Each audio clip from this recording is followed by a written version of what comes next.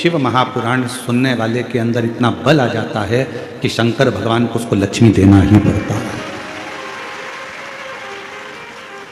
संपदा देना ही पड़ता है।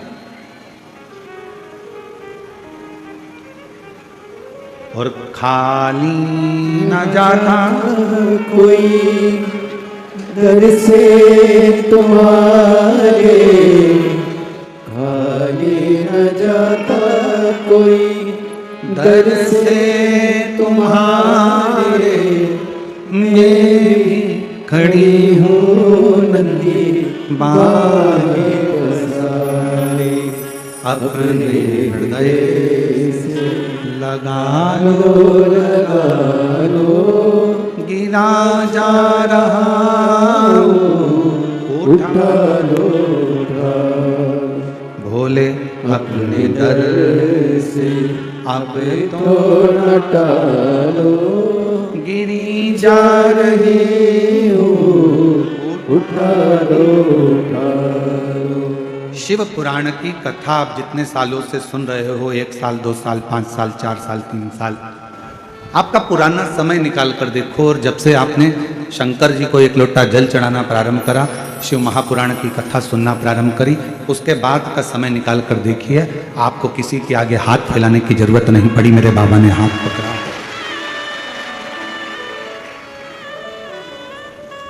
आपको कहीं जाना नहीं पड़ा, आपको किसी के आगे हाथ नहीं फैलाना पड़ा। मेरे भोले बाबा ने, मेरे शंकर भगवान ने आपका हाथ पकड़ा। इसलिए भगवान शिव जी से कहना, तुम हमें धन दो चाहे नहीं दो, हमें संपदा दो या ना दो, हमें वैभव दो ना दो, हमारे को कुछ दो चाहे ना दो, गाड़ी बंगला दो चाहे ना दो, पर शंकर जी से कहना हमें हमारे घर में अच्छे संस्कार देना, जिससे हम भगवत भजन में लगेंगे तो आपकी कृपा से हमें दौलत अपने आप मिलती चलेगी। हम अपना परिश्रम, हम अपनी मेहनत, हम अपना संघर्ष कर सकें, हम अपनी मेहनत अपनी लगनता से आगे बढ़ सकें। आज का जमाने में लोग संघर्ष कम करते हैं और विचार ज़्यादा करते हैं कि कहीं से हमको ऐसा कोई महाराज मिल जाए जो कोई जड़ी बूटी ऐसी दे दे कि हमारे पास में धन बढ़ जाए। मेरी जीजियों, दुनिया में कोई ऐसा महाराज पैदा नहीं हुआ जो तुमको कहीं से गड़ा हुआ धन दे देगा। आपकी मेहनत से बड़ी दुनिया में कोई दौलत नहीं है, आपके संघर्ष से बड़ा कोई धन नहीं है। आप जितनी मेहनत करेंगे, आप जितना परिश्रम करेंगे,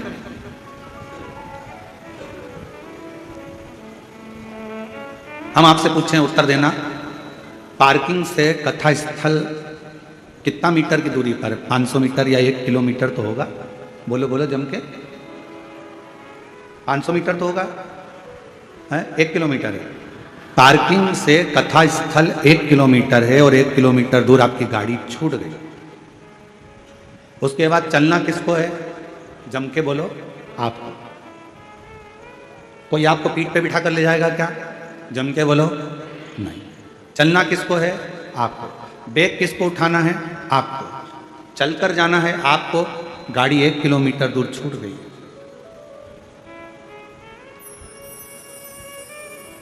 आपको बढ़ना है, आगे बढ़ते जाना। गाड़ी पीछे छूट गई है।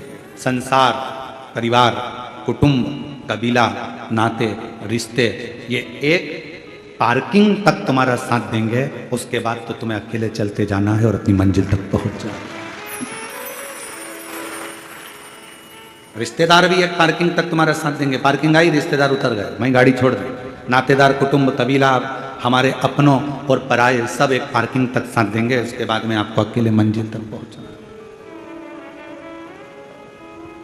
फिर वहां कोई दूसरा नहीं है। और अंत समय प्रभु आना पड़ेगा। छत्तीसगढ़ वालों आप भी बोलिए, अंत समय प्रभु आना पड़ेगा, वचन दिया तो निभाना पड़ेगा। आए ना आए प्रभु कुटुंब कबीला, अंत समय प्रभु प्रभु आना पड़ेगा। वचन दिया तो निभाना पड़ेगा। कोई आएगा नहीं आएगा इसका कोई गारंटी नहीं, कोई आपका साथ देगा कि नहीं देगा इसकी कोई गारंटी नहीं, पर इतना जरूर है आपने अगर मेरे देव अधिदेव महादेव का नाम लिया है, शंकर को एक लोटा जल चढ़ाया है और अपने धैर्य को बांध कर रखा है और अपने परिश्रम को अपने कर्म को करते रहे हो, तो फिर कोई आए चाहे ना आए, मेरा महाकाल राजा, मेरा त्रिपुंडधारी त्रिलोकीनाथ, मेरा कुबेरेश्वर बाबा आपके पास जरूर, वो आपकी मेहनत के साथ।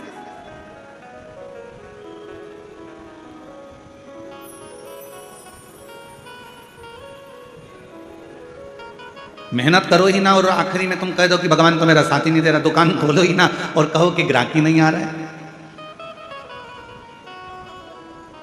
पशुपतिनाथ का व्रत कर रहे हो और कहते हो कि मेरा बाबा सुनता ही नहीं है, मैंने 5 बार व्रत कर लिया, 4 बार कर लिया। व्रत करना मूल नहीं है, दिल को लगाना मूल है।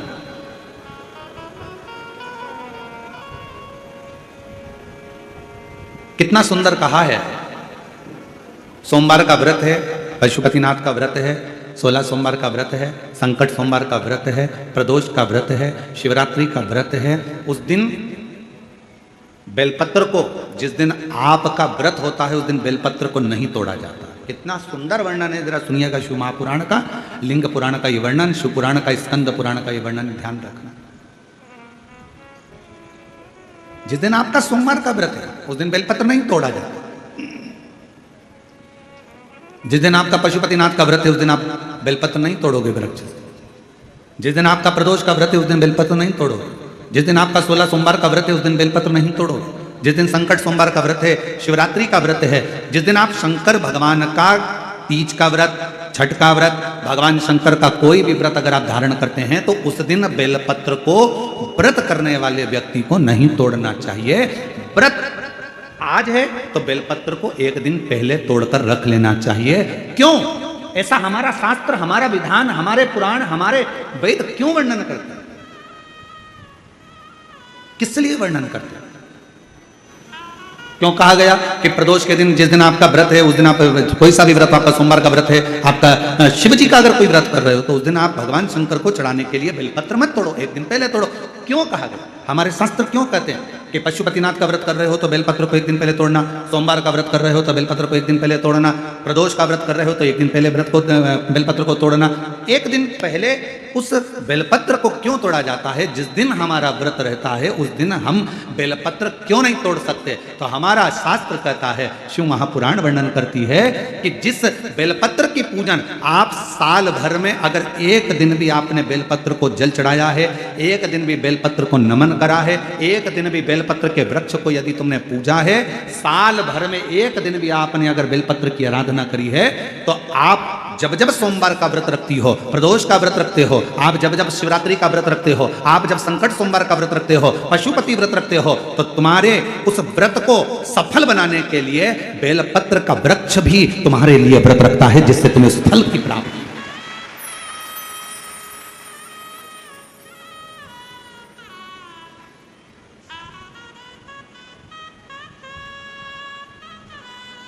कथा सुनने आ रहे हो? घर के बाहर बेलपत्र का पेड़ है, कथा श्रवण करने जा रही हूं, बेलपत्र का वृक्ष है। नहीं, आपको अगर कथा सुनने जा रहे हो तो बेलपत्र अगर चढ़ाना है तो एक दिन पहले आप बेलपत्र को उतारो। कथा सुनने के लिए जा रही हूं और बेलपत्र रास्ते में से तोड़ लिया, कथा में जाकर बैठ गई, बेलपत्र शिव पुराण को समर्पित कर दिया या कथा में समर्पित कर दिया, या विचार करा कि मेरा बेलपत्र व्यासपीठ तक जाएगा, झोली में डाल दिया। ध्यान रखना, कथा सुनने के लिए आ रही हो, सामने बेलपत्र का वृक्ष दिख गया, उसको झुककर प्रणाम करो, नमन करो और कहो, मेरे बाबा, मेरे शंभु, आपका दर्शन कर कर जा रही हूं। मैं जानती हूं इस बेलपत्र के वृक्ष में गौरी शंकर हैं, मैं जानती हूं इस बेलपत्र के वृक्ष में नारायण लक्ष्मी है, मैं जानती हूं इस बेलपत्र के वृक्ष में 64 योगनियां हैं, मैं जानती हूं इस बेलपत्र के वृक्ष के तने में स्वयं कुबेर बैठकर साधना करता है। इस बेलपत्र के वृक्ष को मैं नमन करती हूं। बाबा, आपसे प्रार्थना करती हूं कि मैं कथा सुनने के लिए जा रही हूं, जब मैं कथा सुनकर वापिस आऊं ना, हे बेलपत्र महारानी, हे बेलपत्र के वृक्ष, हे शंकर, ऐसी कृपा करना कि मेरी खाली झोली को भंडार से भर देना, उसको नमन करो। और हम क्या करते हैं? कथा सुनने जा रहे हैं तो बेलपत्र का वृक्ष अपने आंगन में है या बेलपत्र का वृक्ष रास्ते में पड़ गया, 4-6 बेलपत्र तोड़ लिए, कथा में जाकर बैठ गए, कथा सुन ली, बाद में बेलपत्र समर्पित कर, ना ना ना ना, आते समय बेलपत्र को नमन करते हुए,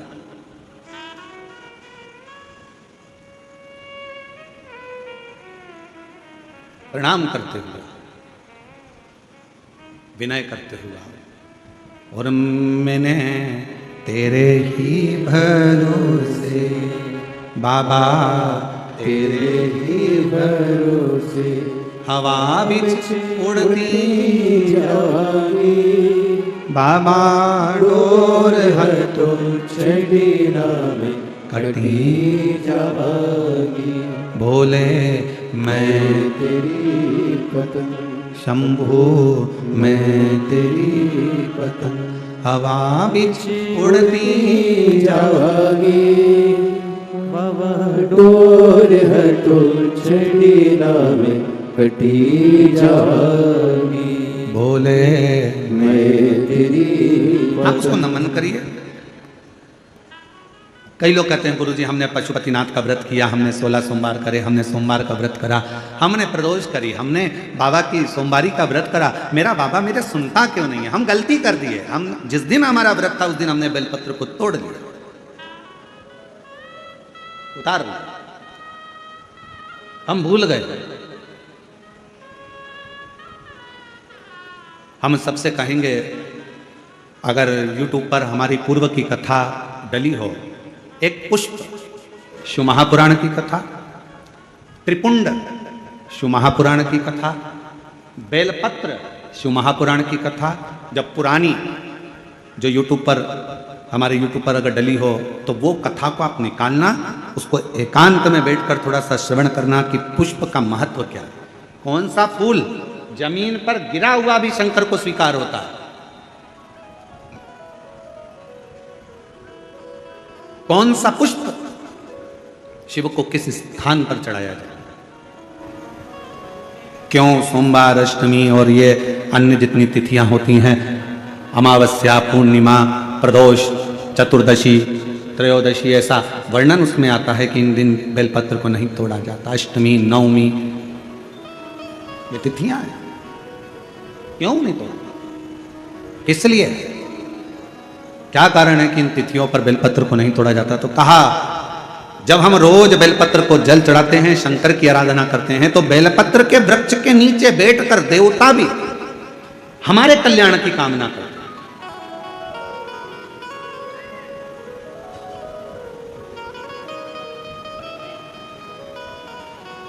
कितनी बड़ी बात लिखी है। लिंग पुराण को उठाकर अगर आप पढ़ेंगे तो उसमें लिखा है 1.25 किलो सोने के सिंहासन पर, कितने किलो? जम जम के बोलो जरा, आवाज नहीं आई। 1.25 किलो सोने के सिंहासन पर मखमल का गद्दा बिछाकर एक शालिग्राम भगवान की मूर्ति, शालिग्राम भगवान की शिला रखकर उस पर सोने का छत्र 0.5 किलो का लगाकर हीरों और पन्नों से शालिग्राम भगवान का श्रृंगार कर कर किसी को दान करने का फल मात्र एक बेलपत्र शंकर के मंदिर में चढ़ाने से प्राप्त हो जाता है। कितने किलो सोने का सिंहासन? बोलो बोलो, जम के बोलो जरा। 1.25 किलो। छत्र कितने का? 0.5 किलो। हीरे, रतन, माणिक, मोती, सोने से जड़े हुए शालिग्राम भगवान को सिंहासन पर रखकर दान करने का जो पुण्य होता है, 1000 अश्वमेध यज्ञ का बराबर का जो पुण्य होता है, हजारों सर्वोत्तम यज्ञ करने का जो पुण्य होता है, सोम यज्ञ करने का जो पुण्य होता है, वो एक बेलपत्र शंकर भगवान को चढ़ाकर भगवान शिव को अर्पित करने से प्राप्त हो जाता है। और ऐसा यज्ञ का फल मेरा विश्वास करता है, मेरे छत्तीसगढ़ वासियों के लिए, मेरे संपूर्ण देशवासियों के लिए, मेरे संपूर्ण विश्व में रहने वाले शिव भक्तों के लिए, ये मेरा दिल कहता है कि इतना बड़ा दान मेरा मन करता है कि आप सब हफ्ते में कम से कम एक दिन ऐसा आता होगा कि आप भी एक बेलपत्र शंकर को चढ़ाते होगे, तो समझ लेना कि आपने भी अश्विनी यज्ञ, सोम यज्ञ और स्वर्ण सिंहासन, स्वर्ण छत्र का दान अपने जीवन में कर लिया।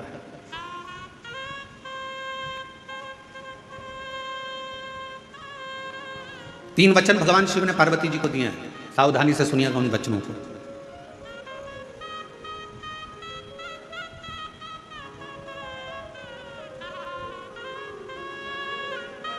दो वचन तो काशी के हैं और 1 वचन अमरनाथ की गुफा का। 3 वचन मेरे भगवान शंकर ने पार्वती जी को दिए हैं, जिसमें से 2 वचन काशी के हैं कि काशी में शंकर भगवान से पार्वती जी कहती हैं जिस पति पत्नी में आपस में झगड़ा हो उसमें प्रेम बढ़े, ये वचन दीजिए। शिव जी ने वचन दिया, पति पत्नी अगर झगड़ा करेंगे तो उनमें आपस में प्रेम बढ़ेगा। झगड़ा करने के बाद प्रेम बढ़ता है, स्नेह बढ़ता है। दूसरा वचन दीजिए, काशी में अगर कोई मरेगा तो उसको गुरु मंत्र तुम्हें देना पड़ेगा, तारण मंत्र तुमको देना पड़ेगा।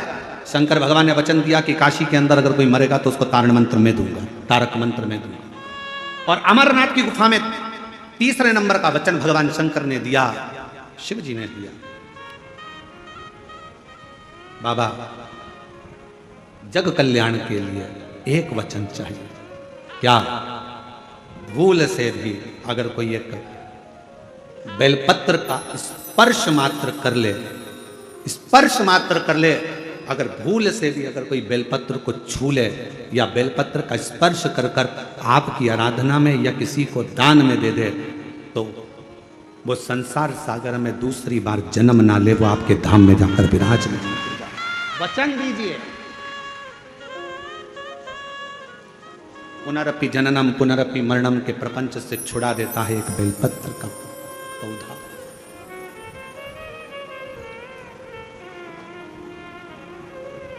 शिव जी के मस्तक पर कितनी रेखाएं रहती हैं त्रिपुंड में? आवाज दो, आवाज नहीं आई। 3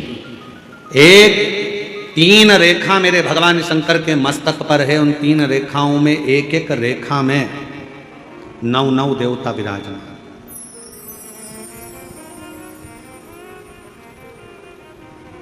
एक रेखा में 9 देवता, दूसरी रेखा में 9 देवता, तीसरी रेखा में 9 देवता। ऐसे शिव जी की त्रिपुंड रेखाओं में 27 देवताओं का वास।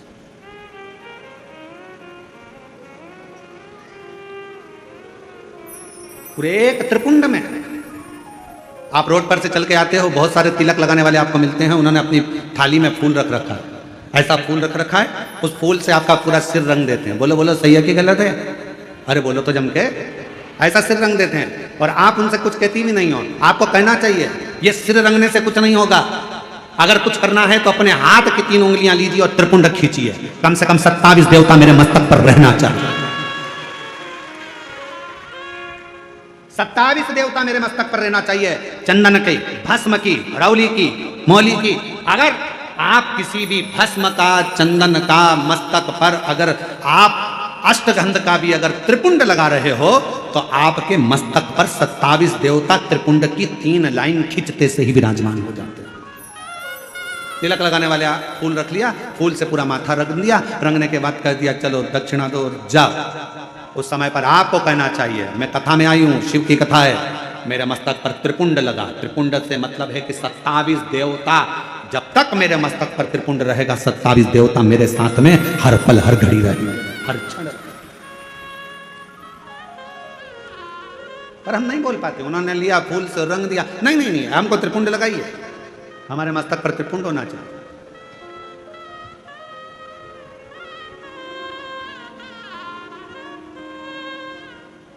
शिव जी के मंदिर जा रहे हो, भगवान शंकर का जल है, उसको भी मस्तक पर त्रिपुंड के भाव से लगा सकते। भस्म है, भाव से लगा सकते।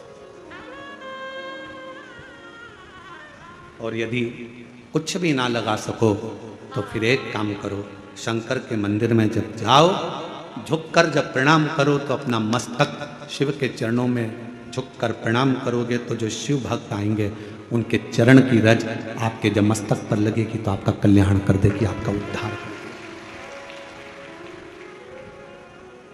कल्याण कर देगी।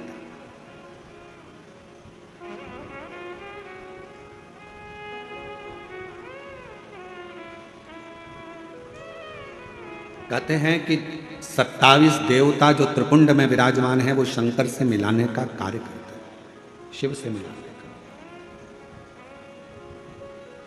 बाकी सी लटक गई नैनों में अटक गई, कब तुम दर्श दिखाओगे, बाकी सी लटक गई नैनों में अटक गई, कब तुम दर्श दिखाओगे।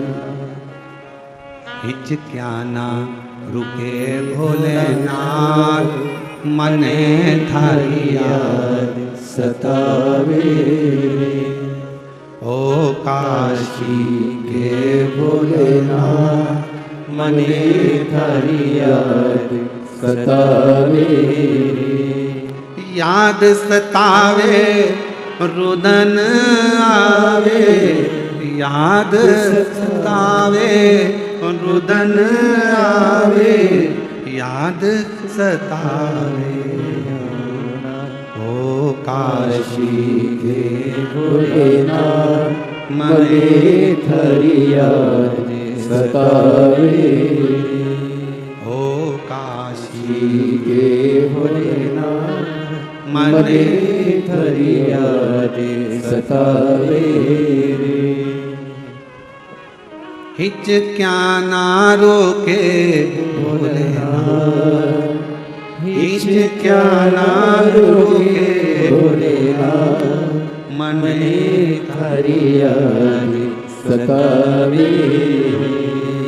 ओ काशी के भोलेनाथ, मने थारी याद सतावे। आप उसको जब मस्तक पर त्रिपुंड में 3 रेखाओं में जब 27 देवता विराजमान हो जाते हैं तो वो शिव से मिलाने का कार्य होता है। शिव से कितना सुंदर एक व्याख्यान आया ब्रह्मा जी का। ब्रह्मा जी जब झूठ बोल दिए और झूठ बोले तो भगवान शंकर को क्रोध आ गया। पांव का नख तोड़ा, काल भैरव प्रकट करा, काल भैरव ने अपने हाथ का नख तोड़ा, ब्रह्मा जी का सिर काट दिया। सिर लुढ़कते लुढ़कते गया तो कर्मनाशा नदी बन गई, जो आज भी उत्तर प्रदेश में बहती है।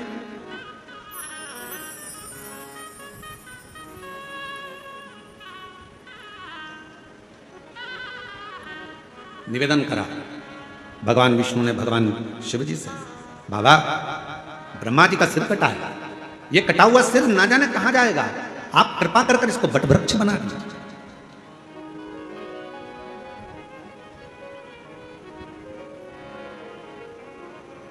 इसको वटवृक्ष बना दो, आप करुणा करो, इसको बड़ का पेड़ बना दो, वटवृक्ष बना दो।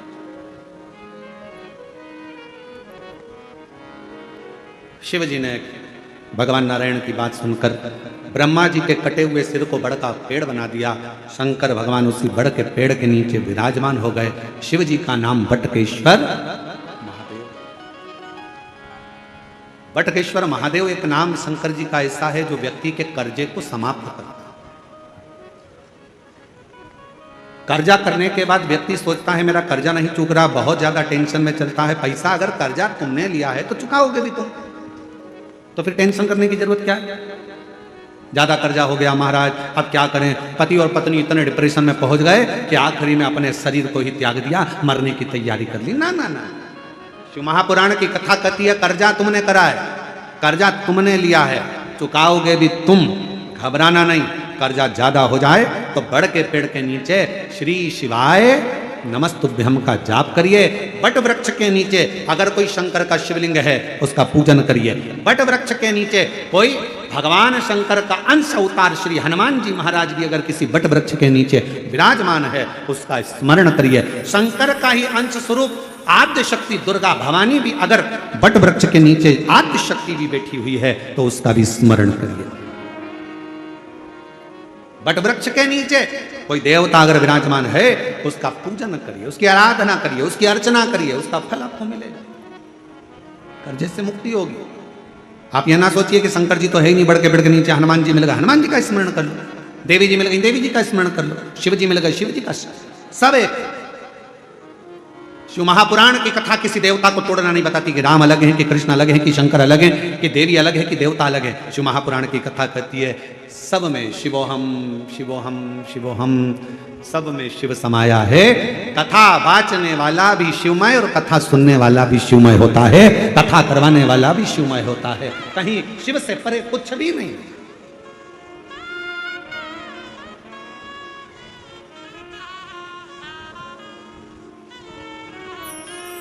और मेरे भोले तेरा सहारा है, मेरे भोले तेरा सहारा है, मेरी नैया का तू किनारा है, मेरी नैया का तू किनारा है।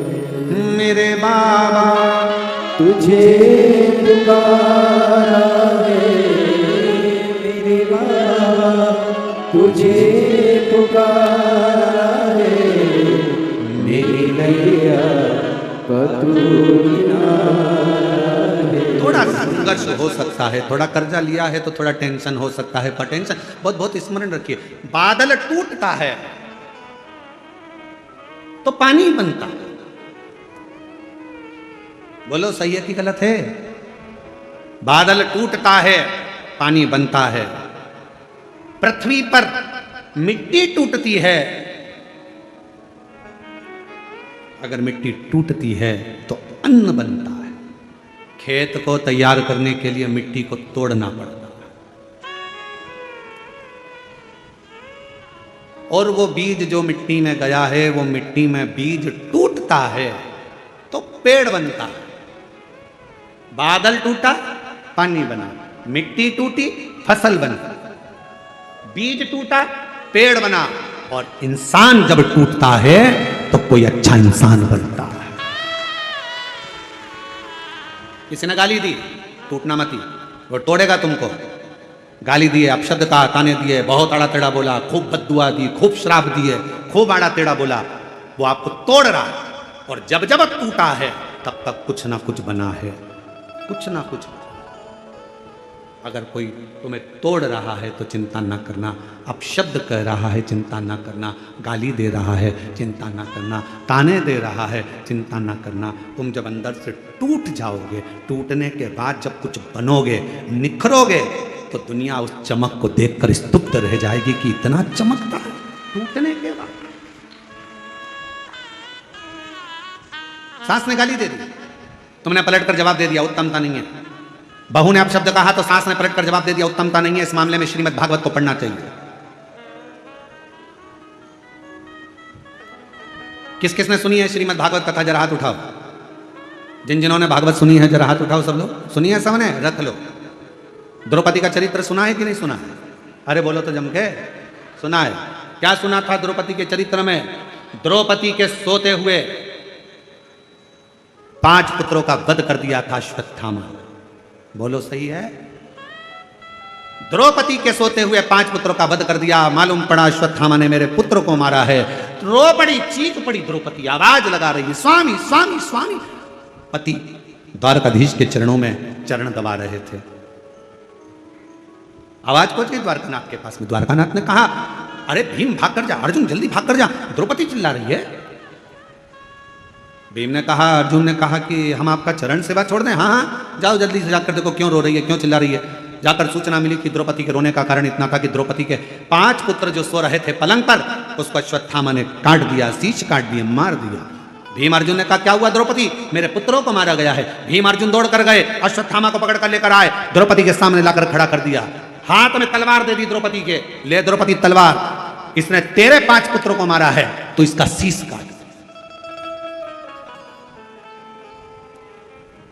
सुनिए श्रीमद् भागवत। अरे बोलो तो। ए द्रौपदी, इसने तेरे बेटों को मारा है तो इसका शीश काट। ये ले तलवार, और तलवार लेकर काट शीश, मार दे। द्रौपदी तलवार को नीचे फेंक दी। द्रौपदी ने तलवार को नीचे फेंका, और तलवार को नीचे फेंक कर द्रौपदी ने भीम से कहा, क्या कह रहे हो? अश्वत्थामा को मार दूं? हाँ, ये मेरे गुरु का पुत्र है। तो क्या हुआ? इसने तेरे पुत्र को मारा था तो गुरु के पुत्र को मार दे। द्रौपदी मुस्कुरा कर कहती है, स्वामी, कोई कुत्ता यदि हमको काट लेता है तो हम कुत्ते को नहीं काटते हैं। काटते हैं? नहीं। होता है अपनी तरह ऐसा? हमने तो कभी मध्य प्रदेश छत्तीसगढ़ में ऐसा नहीं देखा कि कुत्ता अपन को काटे तो अपन कुत्ते को काट। और कहीं ऐसा होता हो तो बात दूसरी है कि कुत्ता काटे तो अपन कुत्ते को काट लो, बिच्छू अपन को काटे तो अपन बिच्छू को काट लो, सांप अपने को काटे तो अपन सांप को काट लो। ये हमारा सनातन धर्म नहीं सिखाता, ये मेरा शंकर की कथा नहीं सिखाती कि कोई कुत्ता यदि हमको काटे तो हम कुत्ते को काटें। ये श्रेष्ठता नहीं है। शिव महापुराण की कथा कहती है कोई अपशब्द कहे, कोई ताने दे, कोई गाली दे, कोई आड़ा टेढ़ा बोले, उस समय पर द्रौपदी जैसा विचार रखना, तलवार को नीचे पटक देना और कह देना कि समय आएगा सब बताएगा। इसके मस्तक पर लगी हुई मणि को निकाल लो।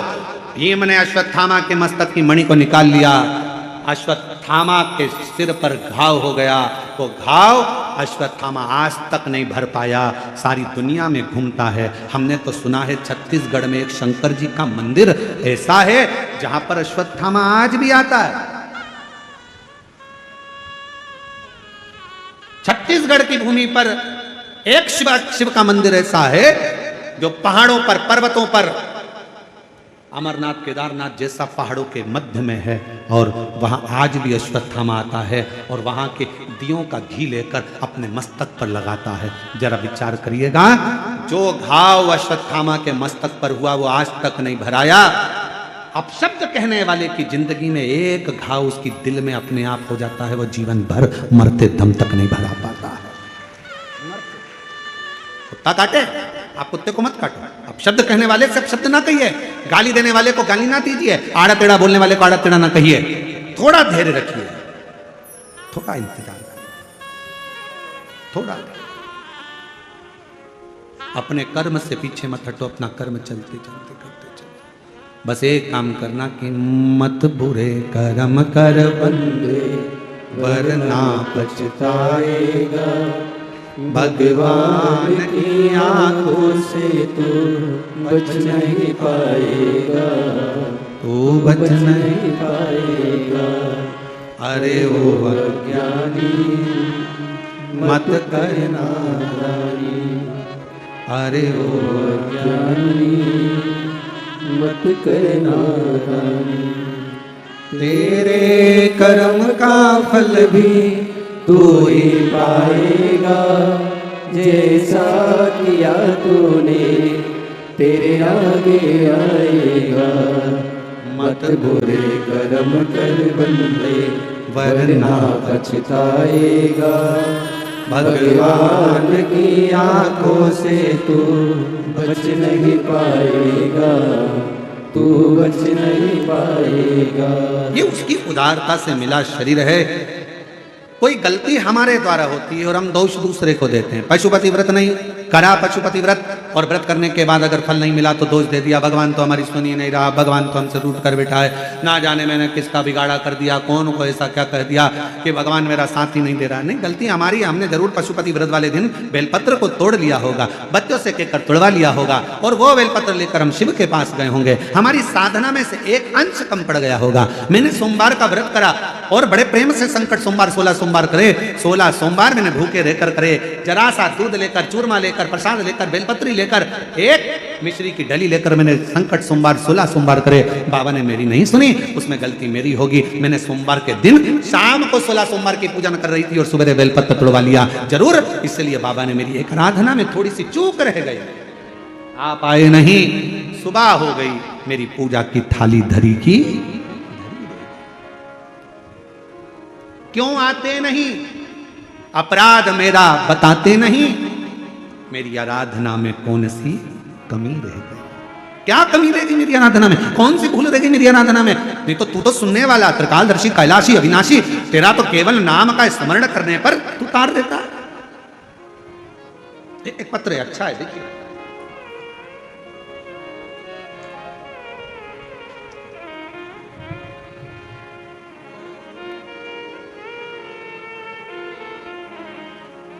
श्रीमती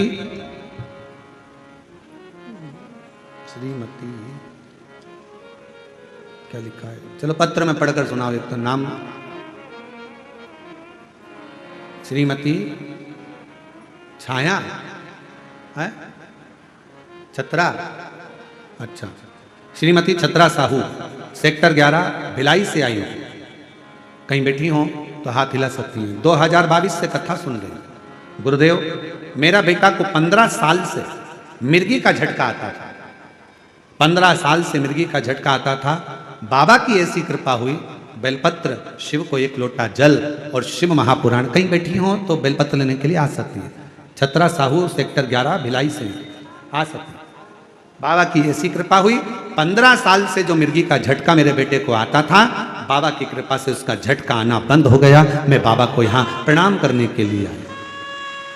विश्वास, शिव की आराधना। एक पत्र और अच्छा है, देखिए।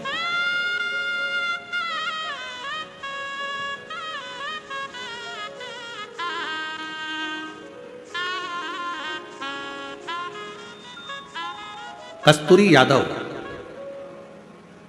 पति लव यादव, पता ग्राम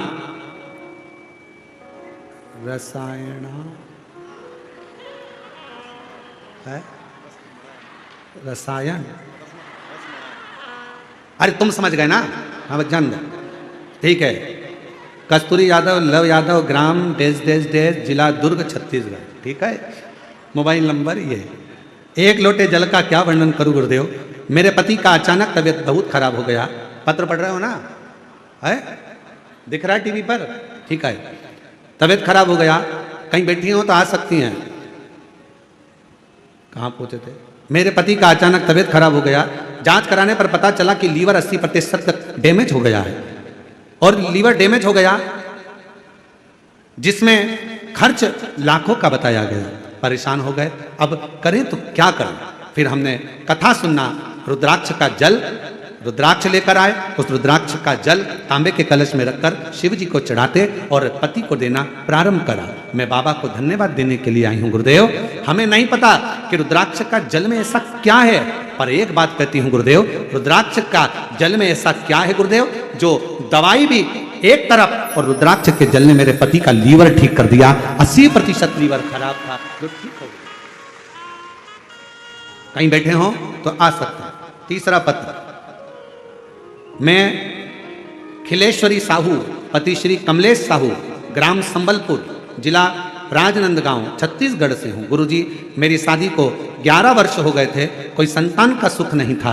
इलाज करवाया डॉक्टरों का, वेदों का, सभी को, किंतु किसी प्रकार से हमारी परेशानी कम नहीं हुई। और हम लोग बच्चा गोद लेने हेतु प्रयास किया, उसमें भी 3-4 साल का समय लगेगा बोले। ऐसी बीच मेरी भाभी ने आपकी कथा टीवी पर सुनने का बोला और उपाय करने का कहा। मैंने भी कथा रायपुर गुड़ियारी में जाकर सुनी और 5 दिन कथा सुनकर बाबा से विनती करी, और बाबा की ऐसी कृपा हुई कि बाबा ने करुणा कर दी। और 16 अगस्त 2023 को मेरे घर में 11 साल के बाद संतान की प्राप्ति हो गई। मैं बाबा को यहाँ प्रणाम करने के लिए आई हूँ। अगर कहीं बैठे हो तो आ सकते।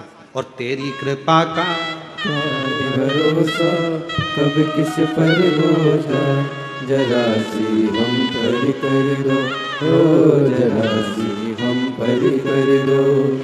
जिस पर भी हो गई तेरी करुणा कृपा, वो भव पार हुआ, भव पार हुआ। पापी हो चाहे जितना, उसका भी बाबा उद्धार हुआ, उद्धार हुआ। और गिद्ध अजामिल कणिका जैसे मेरे मन को भाए, जरा सी हम पर कर दो, ओ जरा सी हम पर कर दो। तेरी कृपा का क्या है भरोसा, कब किस पर हो जाए, जरा सी हम पर कर दो, ओ जरा सी हम पर कर दो। आप शिव को भजो।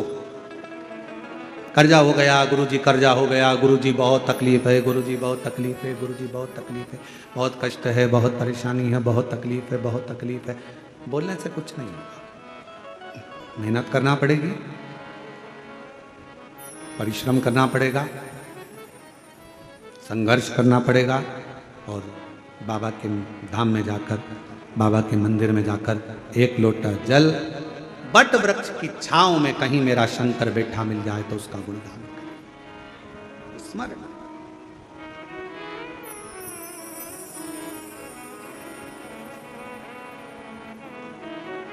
ध्यान देना थोड़ा सा।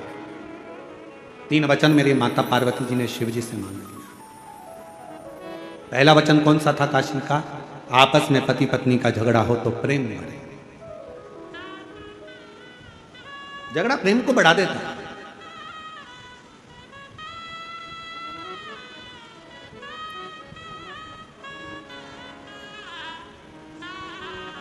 इसलिए हम कई बार माताओं से कहते हैं कितना भी झगड़ा हो जाए तो लड़के मायके मत जाना।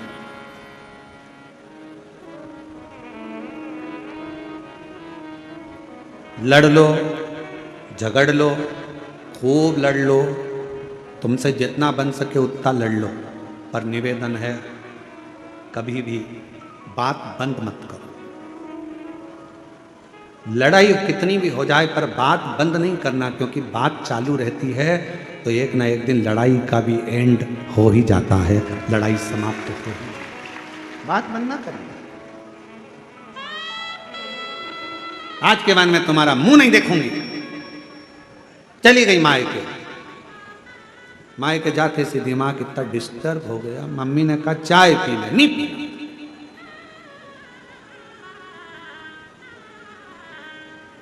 अब बोल के तने थारी लुगाई बोला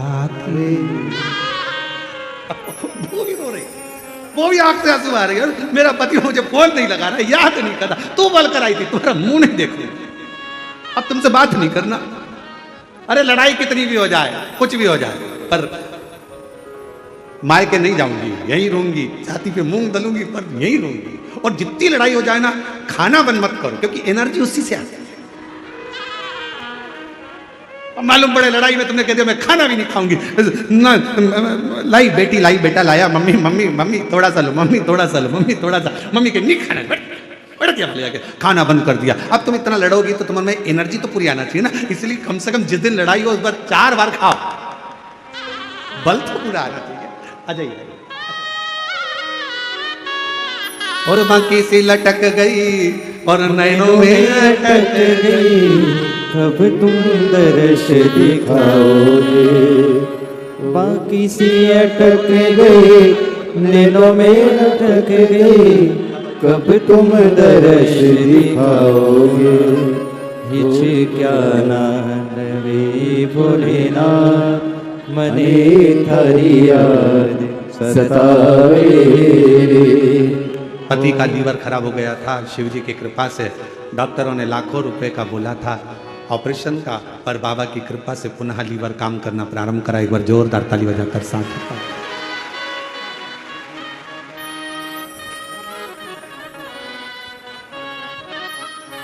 आदर्श दिखा दे भोलेनाथ, तुझे तेरे याद बुलावे। आदर्श दिखा दे भोलेनाथ, तुझे तेरे याद बुलावे। आदर्श दिखा दे भोलेनाथ, तुझे तेरे याद बुलावे। तुझे रो रो पुकारे मेरे नाथ, तुझे रो रो पुकारे मेरे नाथ, तुझे तेरे दास बुलाते हैं। आदर्श दिखा दे भोलेनाथ, तुझे तेरे याद बुलाते हैं। आदर्श दिखा दे भोलेनाथ, तुझे तेरे याद बुलाते हैं। तुझे रो रो पुकारे भोलेनाथ, तुझे रो रो पुकारे भोलेनाथ, ओ तुझे रो रो पुकारे भोलेनाथ, तुझे तेरे दास बुलावे। आदर्श दिखा दे भोलेनाथ, तुझे तेरे नाम बुलाते हैं। आदर्श दिखा दे भोलेनाथ, तुझे तेरे भक्त बुलाते हैं।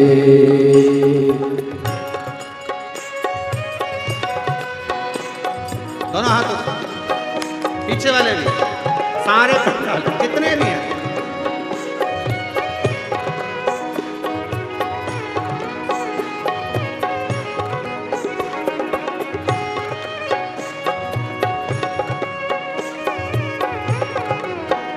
जय हो।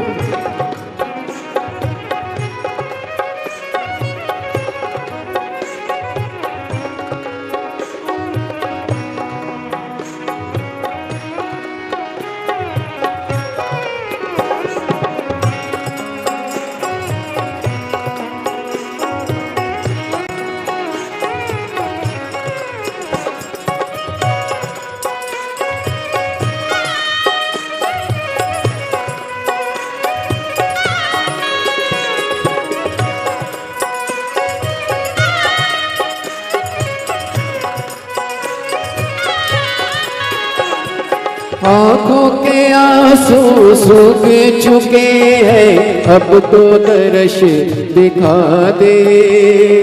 आँखों के आंसू सूख चुके हैं, अब तो दर्श दिखा दे। कब से खड़े हैं दर पर तेरे, मन की प्यास बुझा दे। कब से खड़े हैं दर पर तेरे, मन की प्यास बुझा दे। तेरी लीला निराली भोलेना, तेरी लीला निराली भोलेना, तुझे तेरे लाल बुलाते हैं। आदर्श दिखा दे भोलेना, तुझे तेरे लाल बुलाते हैं। तुझे रो रो पुकारे मेरे नैन, ओ तुझे रो रो पुकारे मेरे नैन, ओ तुझे रो रो पुकारे मेरे नैन, ओ तुझे रो रो पुकारे मेरे नैन, तुझे तेरे लाल बुलाते हैं। आदर्श दिखा दे भोलेनाथ, तुझे तेरे भक्त बुलाते हैं। आदर्श दिखा दे भोलेनाथ, तुझे तेरे भक्त बुलाते हैं।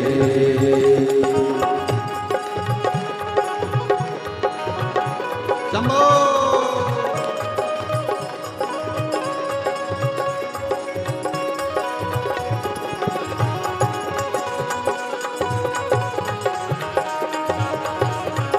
जय हो।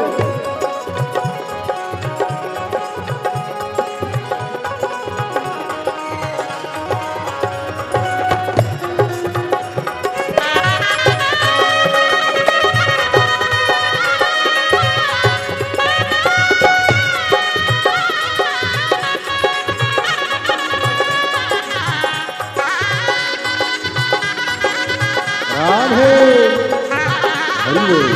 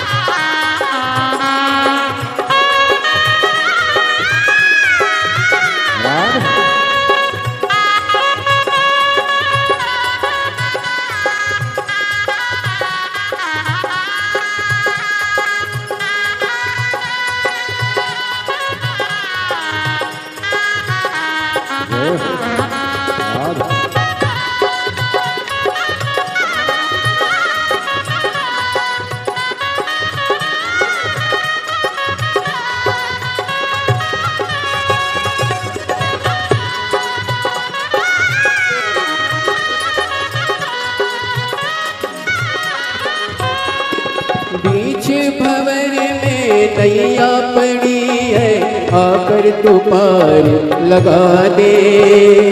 बीच भंवर में नैया पड़ी है, आकर तो पार लगा दे।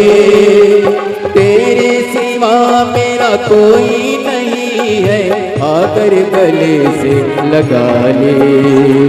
तेरे सिवा मेरा कोई नहीं है, आकर गले से लगा ले, क्यों भी लगाते भोलेनाथ, क्यों भी लगाते भोलेनाथ, तुझे बुलाते हैं, आदर्श दिखा दे भोलेनाथ, तुझे तेरे नाम बुलाते हैं, आदर्श दिखा दे भोलेनाथ, तुझे तेरे नाम बुलाते हैं, तुझे रो रो पुकारे मेरे नैन, तुझे रो रो पुकारे मेरे नैन, तुझे रो रो पुकारे मेरे नैन, मुझे रो रो पुकारे मेरे नैन, तुझे तेरे लाल बुलाते हैं, आदर्श दिखाते भोलेनाथ,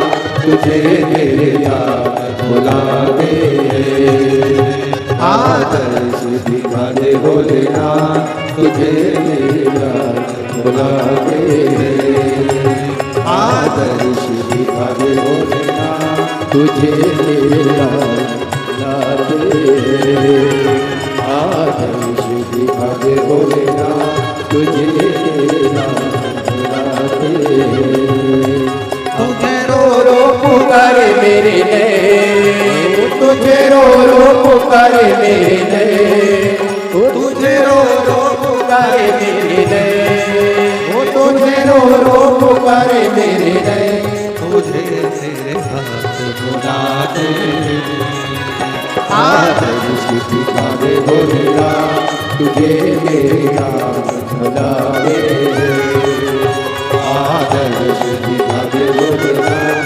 तुझे मेरे हाथ बुलाते हैं, आदर्श दिखाते भोलेनाथ, तुझे मेरे हाथ बुलाते हैं, महादेव। अपने स्थान पर बैठकर भगवान शिव जी से अपने मन का भाव दिल से प्रार्थना करिए, हृदय से बाबा को विनय करिए, निवेदन करिए। बाकी सी लटक गई नैनों में अटक गई, कब तुम दर्श दिखाओ, बाकी सी अटक गई नैनों में अटक गई, कब तुम दर्श दिखाओ, हो काशी के भोलेनाथ, मने हरिया सतावे, हो काशी के भोलेनाथ, मने हरिया सतावे। भगवान शिव से विनय करिए, निवेदन करिए, प्रार्थना करिए, विनय करो, जहाँ जगह मिले वहाँ बैठ कर विनती करो, निवेदन करो, बाबा से अपने मन का भाव। सभी लोग साथ में बाबा से विनय करें, साथ में बोलें।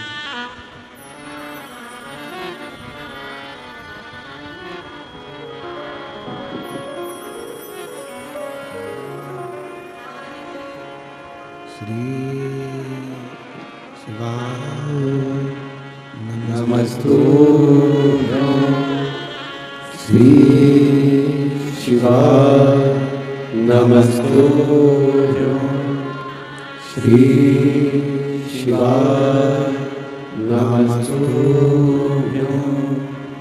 श्री शिवाय नमस्तुभ्यं, श्री शिवाय नमस्तुभ्यं, भोला सब दुख काटो हमारा, ओ भोला सब दुख काटो हमारा, शिव शंकर जपो तेरी माला, भोले बाबा जपो तेरी माला, भोला सब दुख काटो हमारा, ओ भोला सब दुख काटो हमारा, देश है मंगल मंगलकारी, देश है मंगल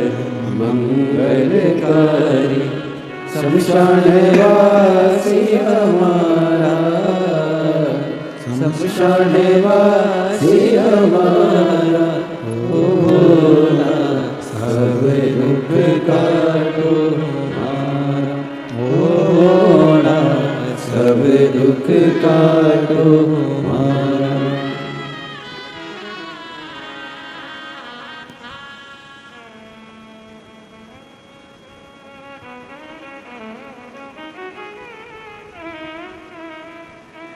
बाबा देवादिदेव महादेव भगवान श्री गोवर्धन त्रिकालदर्शी कैलाशी।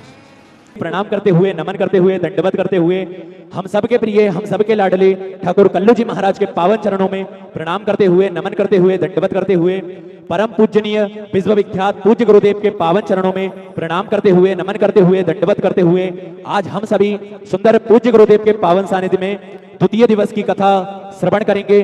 उससे पहले स्वागत के क्रम में सरयू प्रसाद जी देशमुख, टिकेश्वरी जी देशमुख, रोशन जी देशमुख, गीता देवी जी देशमुख, रामाधर जी देवांगन, ईश्वरी बाई देवांगन, रोहिणी हरदेल जी, शैलेंद्र जी, आकांक्षा जी, नेहर देवांगन जी, आपसे निवेदन रहेगा व्यासपीठ पर पधारकर व्यासपीठ का पूजन कर कर पूज्य गुरुदेव से आशीर्वाद प्राप्त करेंगे। और देखिए हम सभी सुंदर 5 दिवसीय श्री शिव महापुराण की अलौकिक दिव्य कथा पूज्य गुरुदेव के पावन सानिध्य में श्रवण कर रहे हैं। और जैसा कि आप सभी को ज्ञात है कि कुबेर भंडारी के पावन धाम पर जो सेवा के कार्य पूज्य गुरुदेव के पावन सानिध्य में चल रहे हैं, जिसमें एक बड़ी भोजनशाला भी, विश्व की बड़ी भोजनशालाओं में से एक भोजनशाला कुबेर भंडारी के पावन धाम पर भी प्रतिदिन चालू रहती है, जिसमें लाखों सैकड़ों भक्त भोजन प्रसादी का आनंद लेकर अपने जीवन को कृतार्थ में करते हैं, आनंद में करते हैं। और एक सुंदर बड़ी गौशाला का निर्माण कार्य भी पूज्य गुरुदेव के सानिध्य में चल रहा है, जिसमें 4 से 5 हजार गौ माताओं की सेवा हो सके, ऐसा पूज्य गुरुदेव का संकल्प रहता है। तो सुंदर एक बड़ी गौशाला का निर्माण कार्य भी पूज्य गुरुदेव के पावन सानिध्य में चल रहा है।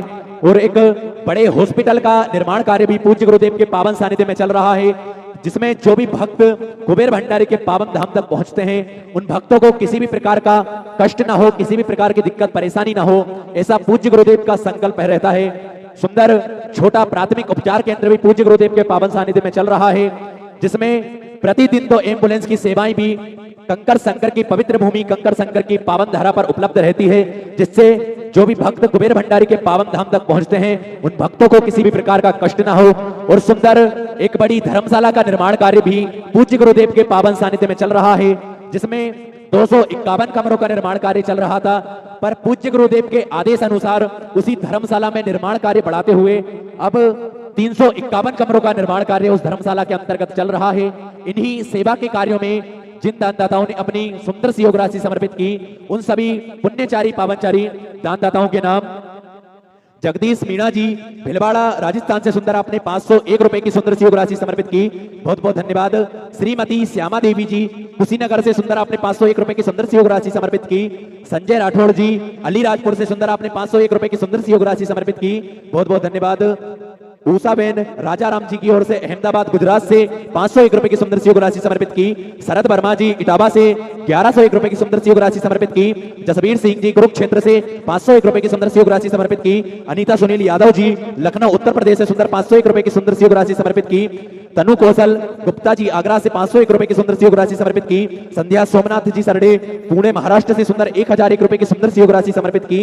महेंद्र सिंह जी शेखावत जयपुर राजस्थान से सुंदर 501 रुपए की सुंदर सी योग राशि समर्पित की। खिलावन रजनी साहू जी छत्तीसगढ़ से 501 रुपए की सुंदर सी योग राशि समर्पित की। अनुराधा जी श्रीवास्तव कुशीनगर से 501 रुपए की सुंदर सी योग राशि समर्पित की। शोभा दत्त गीता देवी जी दरभंगा बिहार से सुंदर 501 रुपए की सुंदर सी योग राशि समर्पित की। गुप्तदान में पंचकूला से 1001 रुपए की सुंदर सी योग राशि समर्पित की। भवन रघुनाथ जी मिसल पुणे महाराष्ट्र से सुंदर 501 रुपए की सुंदर सी योग राशि समर्पित की। राजकुमार अट्टरी सोलन से सुंदर आपने 1100 रुपए की सुंदर सी योग राशि समर्पित की। श्रीमती संगीता देवी जी गोरखपुर से सुंदर 501 रुपए की सुंदर सी योग राशि समर्पित की। सत्यनारायण जी खटीक न्यू दिल्ली से 501 रुपए की सुंदर सी योग राशि समर्पित की। सरला मधुकर जी येवतमाल से 1101 रुपए की सुंदर सी योग राशि समर्पित की। दीपक मिश्रा जी पंजाब से सुंदर 501 रुपए की सुंदर सी योग राशि समर्पित की, बहुत बहुत धन्यवाद। सचिन दीपक नागर जी गंगापुर से सुंदर आपने 21,000 रुपए की सुंदर सी योग राशि देकर आजीवन भोजन भंडारे की सदस्यता ग्रहण करी। अपना नाम सुंदर सुनहरे अक्षरों में अंकित कराया गया, बहुत बहुत धन्यवाद। गुप्त दान में 501 रुपए की सुंदर सी योग राशि समर्पित की, बहुत बहुत धन्यवाद। मुकेश कुमार यादव जी जयपुर राजस्थान से सुंदर, आपने 1101 रुपए की सुंदर सी योग राशि समर्पित की, बहुत बहुत धन्यवाद। सुम्मी हरेंद्र सिंह जी पटना से 1001 रुपए की सुंदर सी योग राशि समर्पित की। यादवेंद्र सिंह जी सिकरवार झाबुआ से सुंदर 1001 रुपए की सुंदर सी योग राशि समर्पित की। भंवर सिंह जी जोधपुर राजस्थान से 1100 रुपए की सुंदर सी योग राशि समर्पित की। गुप्त दान में जींद हरियाणा से 1000 रुपए की सुंदर सी योग राशि समर्पित की। संदीप सदाशिव जी पुणे महाराष्ट्र से 501 रुपए की सुंदर सी योग राशि समर्पित की। अनीता देवी जी जम्मू कश्मीर से सुंदर 501 रुपए की सुंदर सी योग राशि समर्पित की। नरेंद्र सिंह जी तोमर मंदसौर मध्य प्रदेश से सुंदर, आपने 501 रुपए की सुंदर सी योग राशि समर्पित की। बालू सुरेश राव जी तलेकर संभाजीनगर महाराष्ट्र से 1001 रुपए की सुंदर सी योग राशि समर्पित की। पुन्नू सिंह जी डिंडोरी मध्य प्रदेश से 2001 रुपए की सुंदर सी योग राशि समर्पित की, बहुत बहुत धन्यवाद। कन्हैया लाल गोपाल सिंह जी डीडवाना राजस्थान से 1111 रुपए की सुंदर सी योग राशि आपने समर्पित की, बहुत बहुत धन्यवाद। आरती सोलंकी जी मुंबई से 1111 रुपए की सुंदर सी योग राशि समर्पित की, बहुत बहुत धन्यवाद। शिव कुमार राणा जी मोहार पाटिया से 521 रुपए की सुंदर सी योग राशि समर्पित की। सुनील हरिबाबू जी खांडरे महाराष्ट्र से 501 रुपए की सुंदर सी योग राशि समर्पित की। संगीता कुमारी जी मधुबनी से सुंदर 601 रुपए की सुंदर सी योग राशि आपने समर्पित की, बहुत बहुत धन्यवाद। संजय कुमार साहू जी बिहार से 2100 रुपए की सुंदर सी योग राशि आपने समर्पित की, बहुत बहुत धन्यवाद। महावीर प्रसाद जी जयपुर राजस्थान से 1100 रुपए की सुंदर सी योग राशि समर्पित की। दीपक सारस्वत जी नागौर राजस्थान से 1100 रुपए की सुंदर सी योग राशि समर्पित की। आनंद तिवारी जी सूरत गुजरात से 1001 रुपए की सुंदर सी योग राशि आपने समर्पित की, बहुत बहुत धन्यवाद। विनोद सिंह जी भगत चुरू राजस्थान से 501 रुपए की सुंदर सी योग राशि आपने समर्पित की। सुनीता जीतपाल सिंह तोमर जी दिल्ली से 501 रुपए की सुंदर सी योग राशि आपने समर्पित की। श्रीमती संतोष कुमारी जी कंगरा हिमाचल प्रदेश से 1001 रुपए की सुंदर सी योग राशि आपने समर्पित की। बेजू प्रसाद सिंह जी पटना बिहार से सुंदर 2051 रुपए की सुंदर सी योग राशि आपने समर्पित की, बहुत बहुत धन्यवाद। सतीश कुमार पटेल जी मुंगेर बिहार से 1100 रुपए की सुंदर सी योग राशि आपने समर्पित की, बहुत बहुत धन्यवाद। स्नेहा गर्ग गंगापुर सिटी से 2100 रुपए की सुंदर सी योग राशि आपने समर्पित की, बहुत बहुत धन्यवाद। निकिता गुप्ता जी अलवर राजस्थान से सुंदर, आपने 2100 रुपए की सुंदर सी योग राशि समर्पित की, बहुत बहुत धन्यवाद। सभी दानदाताओं को मैं हृदय की आनंद गहराई से नमन करता हूं, दंडवत करता हूं, प्रणाम करता हूं। सुंदर सी योग राशि आपने समर्पित की। और जो भक्त अपनी सुंदर सी योग राशि समर्पित करना चाहते हैं तो वे टीवी स्क्रीन पर श्री विठलेश सेवा समिति के 2 अकाउंट नंबर चल रहे हैं, एक्सिस बैंक का और सेंट्रल बैंक ऑफ इंडिया का। दोनों भी अकाउंट में से किसी भी अकाउंट में अपनी सुंदर सी योग राशि भेजकर अपने नाम की रसीद प्राप्त कर सकते हैं। आइए सीधे व्यासपीठ की शरण में चलते हैं। पूज्य गुरुदेव के पावन सानिध्य में आज हम सभी सुंदर द्वितीय दिवस की कथा श्रवण करेंगे। जय जय श्री राधे, हर हर महादेव, श्री शिवाय नमस्तुभ्यं।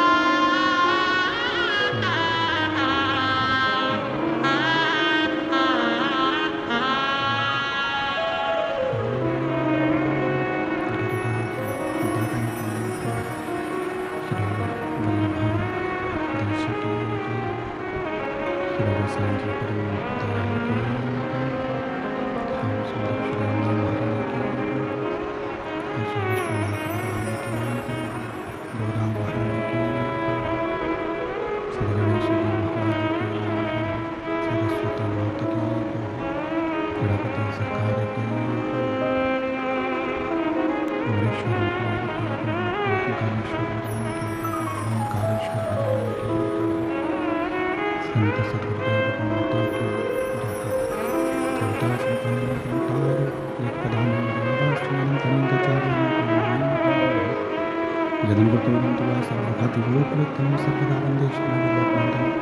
अज्ञानतिमिरागास्य ज्ञानञ्च शलाकया चक्षुरुन्मीलितं तस्मै श्रीगुरवे नमः हृदयशोषलीलाचरद्देशानं लक्ष्मीशास्त्रसर्वं चतुर्विश्वतिस्थितस्वगायते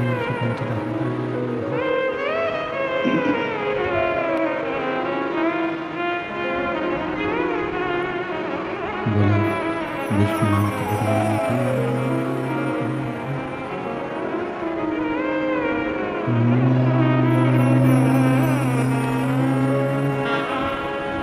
नमः शिवाय।